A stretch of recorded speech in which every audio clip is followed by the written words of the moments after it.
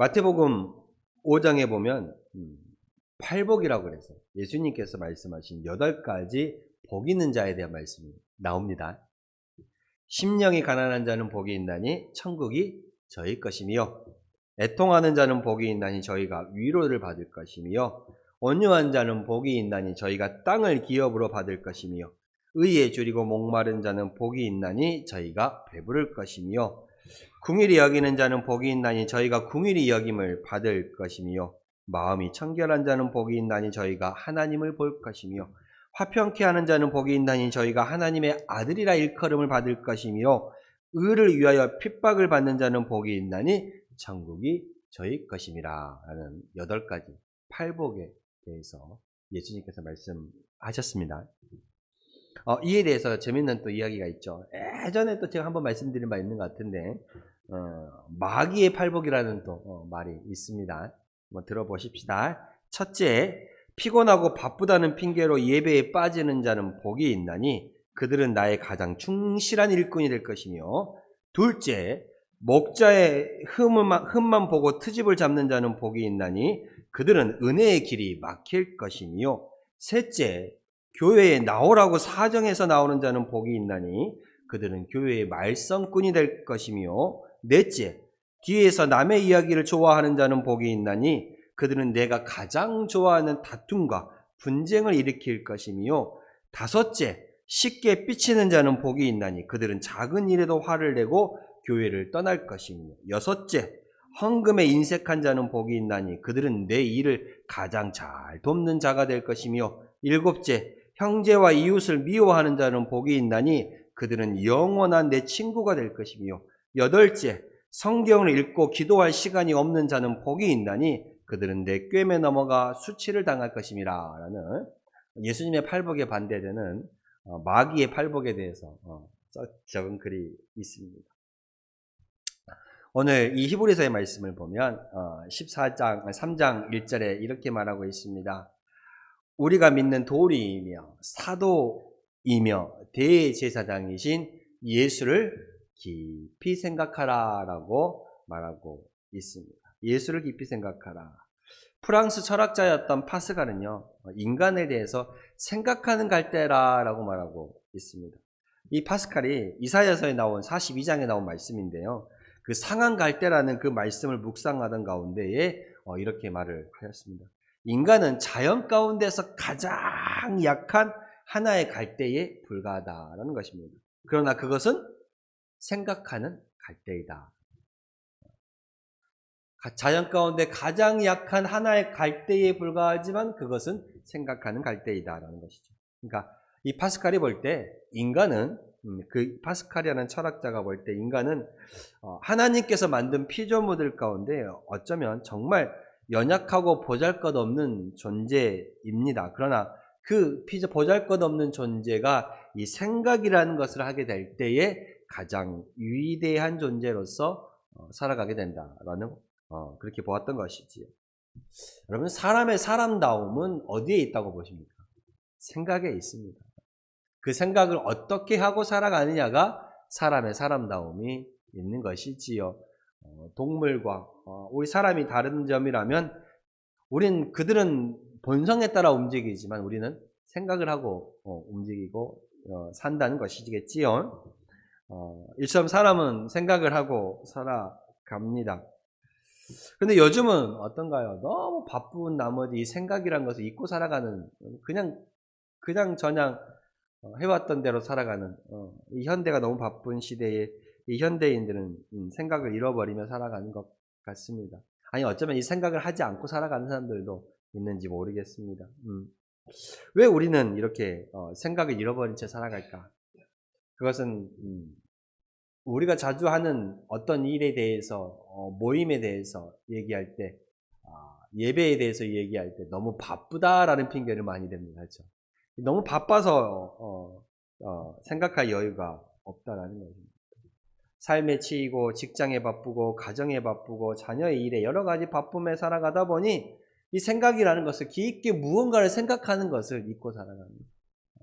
직장에 갔다 오니 피곤해서 치다가 그냥 잠이 들고, 일하다 보니 피곤해서 집에 들어오면 잠이 들고, 인간관계에, 가정에, 자녀의 여러 가지 일들에 피곤하다 보니 깊게 생각할 시간이 있거든요.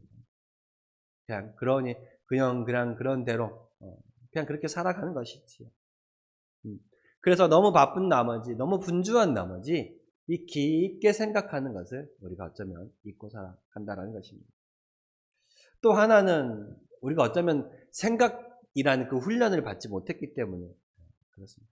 물론 생각이라는 것은 다 하지만 제가 생각이라는 이 말씀은 어떤 것에 대해 두고 깊이 생각하는 그걸 우리 말하면 묵상이라고도 하죠. 또는 이 생각하는 훈련을 받지 못하기 때문에 그런 것이죠. 해외에서 선교하는 한 선교사님이 어느 날 그 선교지에서 집을 나서면서 워낙 척박한 땅이고 먼지가 좀 많이 날리는 흙이 있는 땅이기 때문에 우리 대한민국은 예전에는 다 흙에서 놀았죠. 요즘은 어때요? 다 이게 흙 보기가 힘들어요. 옛날에 마당도 흙이었고 동네 다 흙이었어. 근데 우리 집도 시멘트요, 마당도 시멘트요. 산에 올라가야 흙을 밟지, 그죠? 요즘은 물 잘 안 뿌리죠. 그러나 공사장에나 가끔 이렇게 흙멀리 날린다고 물을 뿌리잖아요. 이 선교사님도 집을 나서면서 가까운 원주민한테 또 먼지가 많이 날리니까 가끔 한 번이 간간히 물 좀 뿌려달라고 그랬나 봐요. 근데 또 조금 있다 보니까 비가 왔어요. 비가 오고 있는데도 이 원주민이 가끔 나와서 또 바닥에 계속 물을 뿌리고 있는 거예요. 그 모습을 봤다는 거죠. 뭐 어때요? 물을 뿌리라는 그 행위에 대한 생각을 깊게 하지 못하니까 그냥 뿌리라고 해서 뿌린다라고 생각하는 거예요. 그렇죠? 왜 물을 뿌리는 거야? 먼지 날릴까봐 물을 뿌리는 거잖아요. 근데 이 원주민은 이 선교사님이 시키니까 그냥 그렇게 하는 거야. 어쩌면 우리 모두도 이 어떤 것에 대한 생각을 하고 살아가는데 그냥 시키면 시킨 대로 주어지면 주어진 대로 살아가다 보니 이 생각하는 것을 잊어버리고 살아가는지 모르겠습니다. 오늘 이 말씀에 우리가 믿는 도리인 예수에 대해서, 대제사장에 대해서, 사도에 대해서 그 예수님을 한번 우리가 그냥 저냥 받아들이는 것이 아니라 깊이 한번 생각해보라라고 말하고 있습니다. 이 예수님에 대해서 우리가 한번 깊이 생각한다라면, 묵상한다라면 그 예수님에 대해서 더 잘 알게 되고 내가 믿는 예수가 누구인지를 깨닫게 되고 우리의 신앙도 그만큼 더 단단해지고 우리의 신앙도 그만큼 더 깊어지지 않겠습니까? 그러면 그 예수를 생각하는 가운데에 하나님께서, 예수님께서 우리에게 원하시는 삶의 모습들이 무엇인가를 또한 깨닫는 시간이 될 것입니다. 그러나 이 예수에 대해서 깊이 생각하지 않고 그냥 내가 예수 믿는다라는 그것만 가지고 교회를 출석하다 보면 10년이 지나고 20년이 지나고 30년이 지나도 그 예수에 대한 깊은 생각이 없다 그러면 그냥 수박 겉 핥히시게 그런 신앙의 모습이 되지 않을까. 어쩌면 1년 뒤나 30년 뒤나 그 신앙의 깊이가 달라지지 않는 그 모습이 되지 않을까 생각합니다. 그렇게 우리는 어떤 행동과 어떤 일을 할 때에도 무언가를 깊이 생각하고 해야 되잖아요. 여러분 밭에 이제 작물을 심을 때가 됐죠. 그 심을 때도 어떻게 심어야 하고 언제 물을 줘야 하고 뭘 해야 할지 내가 처한 환경에 보고 좀 깊이 좀 생각을 좀 하고 해야 더 잘 많은 수확물을 거둘 수 있잖아요. 우리가 뭔가를 깊이 좀 생각하는 시간을 가져야 합니다. 깊이 생각하면 또 거기에 따라가게 되어 있어요. 그렇죠? 우리가 예수에 대해서 깊이 생각하게 되면 우리가 예수님을 닮아가게 되어 있다는 것입니다. 이 심리학에서 있는 말씀에 동일시 현상이라는 거예요. 사람이 자기를 지배하는 그 어떤 대상에 대해서 깊이 생각하면 거기 닮아간다는 거예요. 그러니까 여러분이 예수님에 대해서 깊이 생각하고 묵상하는 삶을 살면 여러분이 누구를 닮아가는 거예요? 예수님을 닮아가는 것입니다. 닮아갈 수밖에 없어요. 또 재밌는 말이 있죠. 우리 여러분들 또 결혼하시면서 험악한 세월 살아오시면서 제일 많이 구박을 받았던 사람이라면 누구예요? 시집 오고 나서. 누구한테 제일 많이 구박받았어? 시어머니잖아. 아니야? 시어머니한테 제일 많이 구박받고 살았지 뭐. 시어머니 가시고 나니까 남편이 속썩인다지만 그죠? 시어머니한테 제일 많이 구박받고 살았어. 그 시어머니 보면서 어때요? 그 시어머니 모습 보면서 워낙 구박을 받다 보니까 어느새 내 삶의 모습이 누구한테 맞춰져 있는 거야? 그 시어머니가 요구하신 요구 조건에 맞춰 살아가게 되는 거야. 그쵸? 그래서 그 욕도 많이 했어. 이 세상 천지에 우리 시어머니 같은 분은 없다고. 그렇게 말도 하면서. 예? 내가 며느리 들이면 우리 시어머니 같이는 안 하겠다. 근데 어때요? 가끔 생각나면, 아들을 낳고 며느리 들이면 어때요? 내가 그렇게도 원망하고 싫어했던 그 시어머니 모습이 나한테 있어, 없어? 있어. 왜 없어? 있지. 왜 있어요? 내 삶의 모습이 시어머니가 요구하는 조건에 어느덧 살다 보니, 생각하다 보니, 혼 안 날라고 생각하다 보니 거기에 맞춰져 있고 살아가게 된 거야. 근데 내 모습도 시어머니 모습을 닮아가는 거야. 그니 내 기준이 어디에 있는 거야? 그 옛날 함께 살았던 시어머니의 기준이 있으니 며느리가 들어와. 그럼 그 며느리한테 그게 또 가는 거야. 그죠? 닮아가게 돼요. 여러분도 재미난 이야기지만 예수님을 깊이 생각하고 묵상하는 시간이 많으면 많을수록 누구를 닮아간다는 거예요? 예수님을 닮아간다라는 것입니다. 늘 예수를 생각하며 살면, 늘 묵상하며 살면 나도 모르는 사이에 어느새 예수님을 닮아가게 돼요.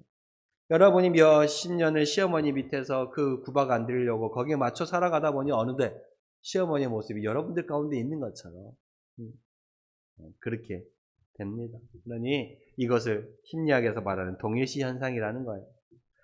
자기의 생각을 지배하는 어떤 대상을 닮아가게 돼요. 여러분의 생각을 세상의 어떤 물질이나 어떤 가치관이 지배하게 하지 마시고 여러분의 생각 가운데에 그 생각의 대부분을 누가 차지하게 하십시오? 예수로, 즉 하나님의 말씀이 여러분의 삶을 가장 중심에 차지하게 하십시오. 그러면 여러분이 예수를 깊이 생각한다는 건, 묵상한다는 건 뭐예요? 그냥 예수 그럴까? 아니죠. 이 말씀을 우리가 항상 가지고 살아간다는 거예요. 그 말씀이 여러분 가운데 있으면 말씀이 곧 여러분의 삶이 되는 거야. 말씀을 묵상하니까 말씀이 삶이 돼요. 그 예수를 깊이 생각한다는 건 말씀을 깊이 묵상한다는 거예요. 그 말씀을 늘 생각하면서. 그러면 여러분이 예수님 안에 닮아가는 모습이 있거든요. 그 누구도 뺏어갈 수 없는 모습이 되는 거예요. 그리고 또한 우리가 깊이 생각한다라는 것은요. 주목한다는 거예요. 그죠? 주목하게 어떤 대상에 대해서 어떤 사건에 대해서 어떤 행위에 대해서 깊이 생각한다라는 건 거기에 주목해서 계속 깊게 파고든다라는 것이잖아요. 주목하다라는 의미를 가지고 있어요. 마태복음 6장에 보면요. 역시 산상수훈에 말씀하시면서 이 모여드는 무리들에게 예수님이 너희의 보물을 땅에 쌓아두지 말고 영원히 변하지 않을 너희의 영원한 상급이 될 그 하늘에 쌓아두라라고 말씀을 하십니다. 그러면서 뭐라 그러냐면 저 공중에 나는 새를 보라. 저 들에 핀 백합화를 보라라고 말씀하고 있어요. 예수님께서 저 공중에 나는 새와 저 들에 핀 백합화를 보라라고 말씀하신 이유가 뭘까? 그냥 새들이 아름다워서 우리 교회 꽃도 참 때에 맞게 지금 꽃이 잘 피고 있어요. 그러죠?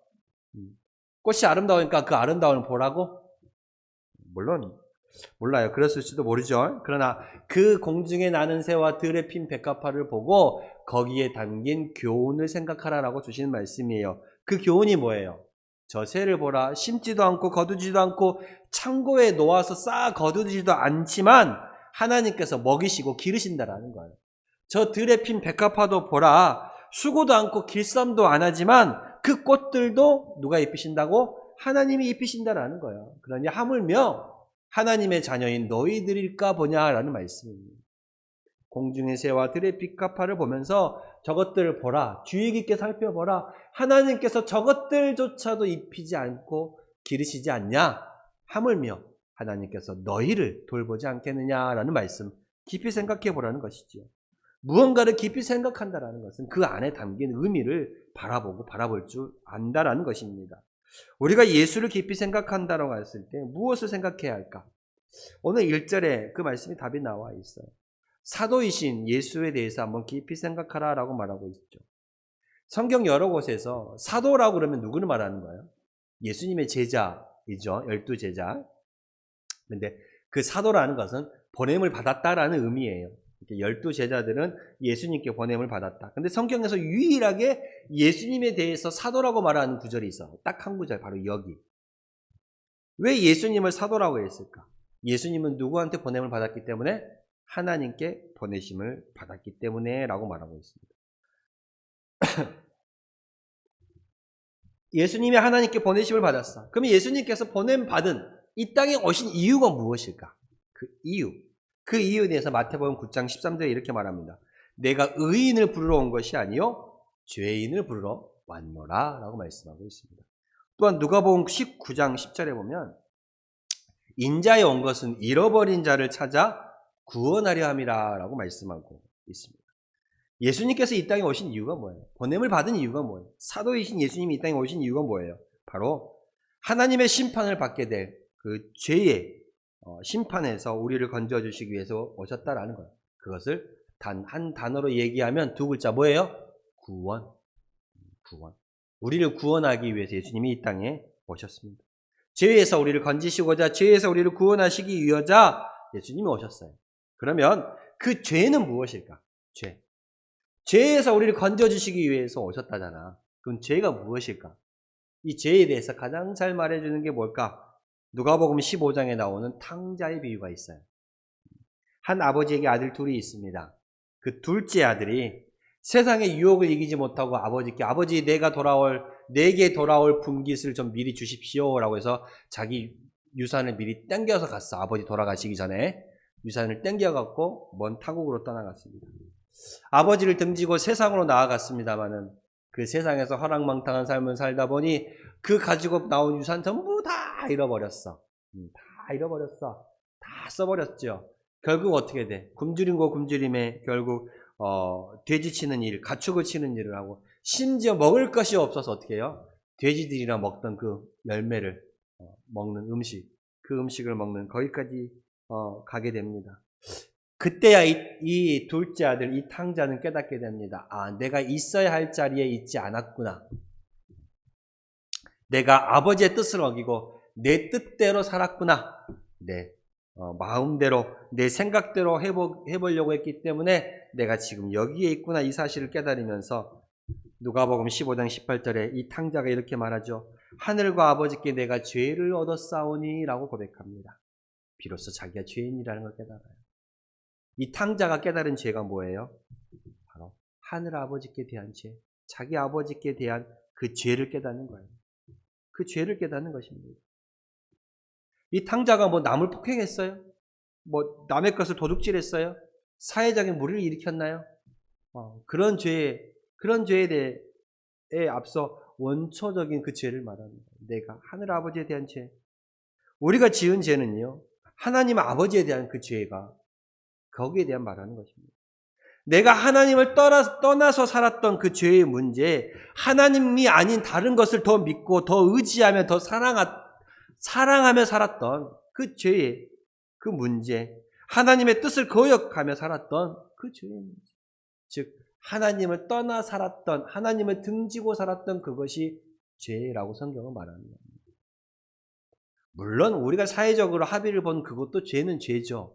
그게 죄가 아니라는 말이 아니에요. 성경에서 우리에게 말하는 우리의 죄는 하나님을 모르고 하나님을 떠나 살았던, 하나님을 의지하지 않고 다른 것들을 의지하며 사랑하며 살았던 그것을 먼저 죄라고 말합니다.